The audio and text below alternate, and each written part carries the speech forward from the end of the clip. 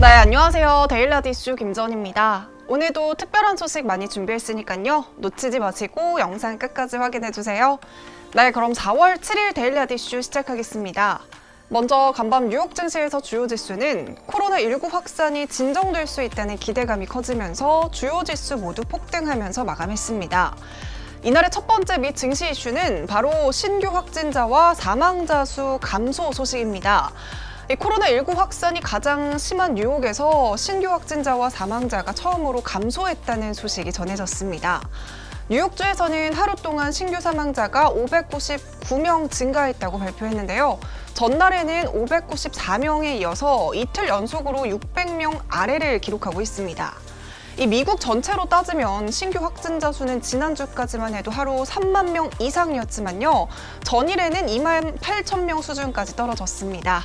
이에 대해 트럼프 대통령은 뉴욕에서 신규 사망자 숫자가 처음 감소한 것에 대해 좋은 징조라고 얘기를 하면서 코로나 확산을 멈출 수 있다는 데 긍정적인 입장을 보이고 있습니다. 또한 이 사회적인 거리두기 지침을 시한에 맞춰서 해제하겠다는 의지를 다시 한번 피력하기도 했습니다. 4월 30일에는 거리두기 규제들을 해제할 수 있도록 노력하겠다라고 하면서 경제 정상화 의지를 반복해서 드러내고 있습니다. 아직까지는 코로나19에 대해서 우려와 신중한 모습이 있지만요. 그래도 곳곳에서 코로나19로 인한 시장 충격이 정점을 지났을 수도 있다라는 진단도 함께 나오면서 투자 심리가 살아나고 있습니다. 네, 두 번째 미 증시 이슈는 미국의 클로로킨 추가 확보 소식입니다. 지난 3월 이 트럼프 대통령은 클로로킨과 하이드록시 클로로킨이 코로나19 치료 목적으로 사용될 수 있다고 언급한 바 있었죠. 더불어서 클로로킨과 항생제인 에리트로마이신을 결합하면 더 좋은 효과를 볼 수 있다고 말하기도 했습니다. 이에 따라 클로로킨을 FDA에서는 코로나19 치료제로서 긴급 사용 승인을 내리기도 했습니다. 트럼프 대통령의 발언에 여기저기서 클로로킨 사재기와 더불어서 품귀 현상이 일어나고 있고요. 국내 증시에서도 이 클로로킨 관련주들이 상승세를 보이기도 했습니다. 이날 트럼프 대통령은 연방정부 측에서 하이드록시 클로로킨을 엄청난 양으로 구입했다고 밝혔는데요.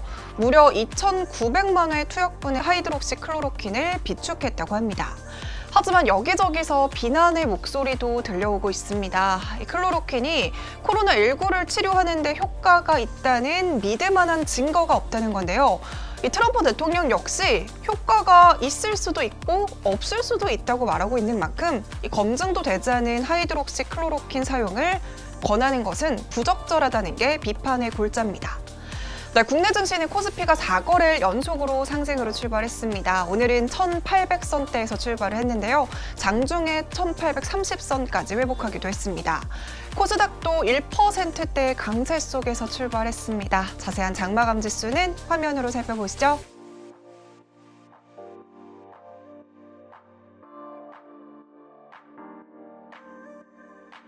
네, 그럼 오늘의 국내 경제 이슈 살펴보겠습니다. 네, 오늘의 국내 경제 이슈는 자가격리 전자팔찌 도입 논란입니다. 정부가 코로나 바이러스 감염증 자가격리 대상자의 무단 이탈을 막기 위한 위치 확인용 전자팔찌 도입을 위한 논의에 나섰습니다. 현재 격리 대상자들은 휴대전화에 어플을 설치해서 격리지 이탈 여부 등을 파악을 하고 있는데요. 최근 일부 자가격리자의 경우 앱이 설치된 휴대전화를 집에 두고 외출을 하거나 아예 앱을 설치하지 않고 격리지를 이탈하면서 크고 작은 문제가 불거지고 있습니다. 이에 따라 정부에서는 국내 격리 대상자의 경우 동의를 받은 뒤에 전자팔찌를 차게 하고 해외 입국자는 전자팔찌를 동의하지 않으면 입국을 거부하는 방안을 검토하고 있다는 것으로 전해지고 있습니다. 정부에서 고액 벌금을 내리는 등 자가격리지를 이탈하는 것에 대해서 무관용 원칙을 밝혔음에도 불구하고 이탈자가 계속해서 나오면서 이와 같은 방안을 제안한 겁니다. 하지만 이 소식이 들리자 아무리 동의를 받았다고 해도 이 전자팔찌를 착용하는 것 자체가 인권 침해가 아니냐라는 지적의 목소리가 잇따르고 있습니다. 또한 실시간 모니터링이 가능한 전자팔찌 장비 확보 여력도 해결해야 될 문제인 만큼 종합적으로 논의한 후 도입 여부를 결정할 것으로 보이고 있습니다. 네, 그럼 본격적으로 오늘의 종목 살펴보겠습니다. 과연 어떤 이슈들이 있었을까요?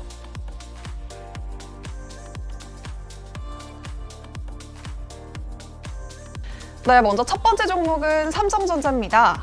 삼성전자의 1분기 실적이 발표됐습니다. 무려 6조 원 중반대의 영업이익을 기록하면서 코로나19라는 악재에도 불구하고 시장 기대치를 상회하는 실적을 내놨습니다.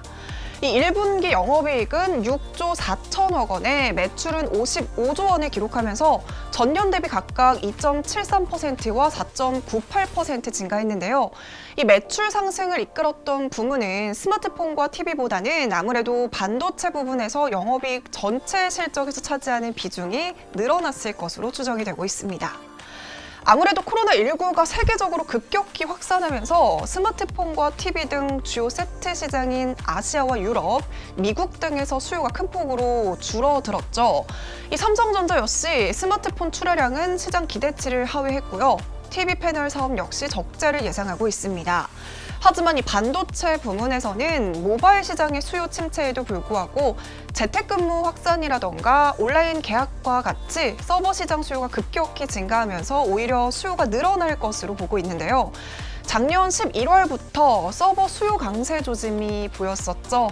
이에 따라서 글로벌 D램 시장 매출액이 1년 만에 회복세를 보이면서 2020년 서버 부분의 D램 성장률은 지난 2017년의 반도체 호황과 유사할 것이라는 분석이 나오기도 했습니다.